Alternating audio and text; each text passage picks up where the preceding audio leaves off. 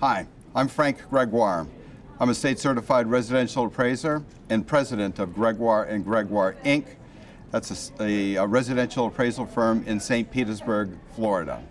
Let's take 5 minutes to talk about real estate appraisals and how best to prepare for a real estate appraisal in today's market. There's a number of changes that have occurred in the real estate appraisal profession, and I'm sure that you have experienced many of them. In the past, you were able to participate in the selection and retention of real estate appraisers, and you were able to develop a relationship with real estate appraisers. All that has changed to a large degree as a result of the Dodd-Frank Act.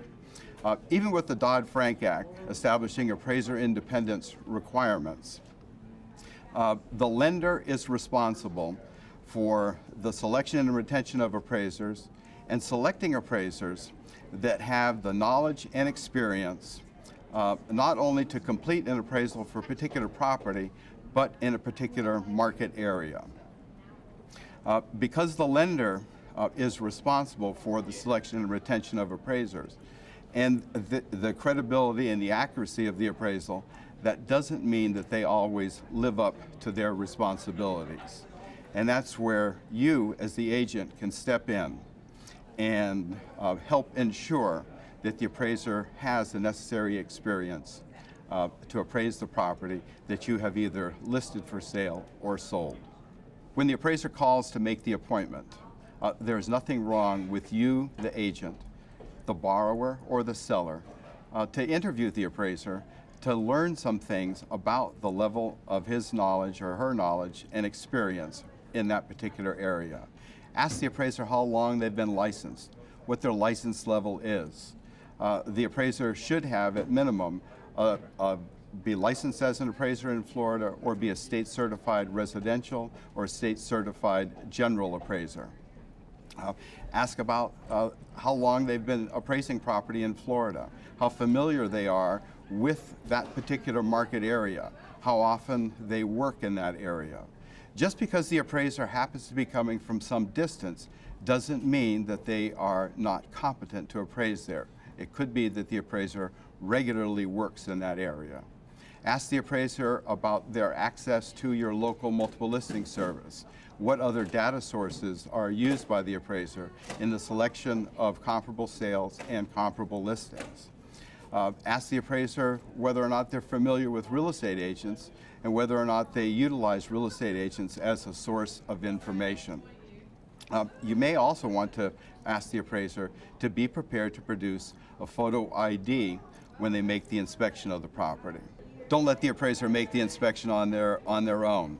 Accompany the appraiser when they make the inspection of the property. That means don't merely give them the lockbox code or have them access a vacant property on their own by use of a multi-lock key.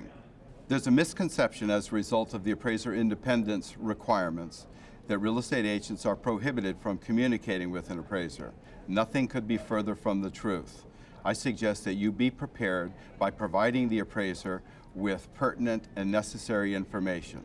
Probably the most important is a complete, legible copy of the purchase and sale agreement. It's likely that they've been provided an indecipherable copy. Also be prepared to provide the appraiser with information about the subject property as to whether or not there've been any recent repairs, updates, or additions to the property, and information about building permits that were obtained for those repairs or additions.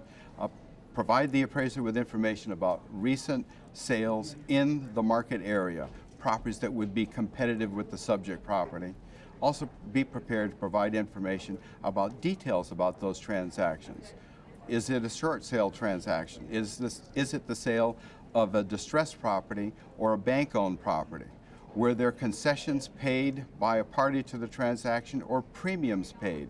All of those could have an effect on the price, and it could have an effect on the appraiser's estimate of the value of the property that you're concerned with. When all is done, what else can you do?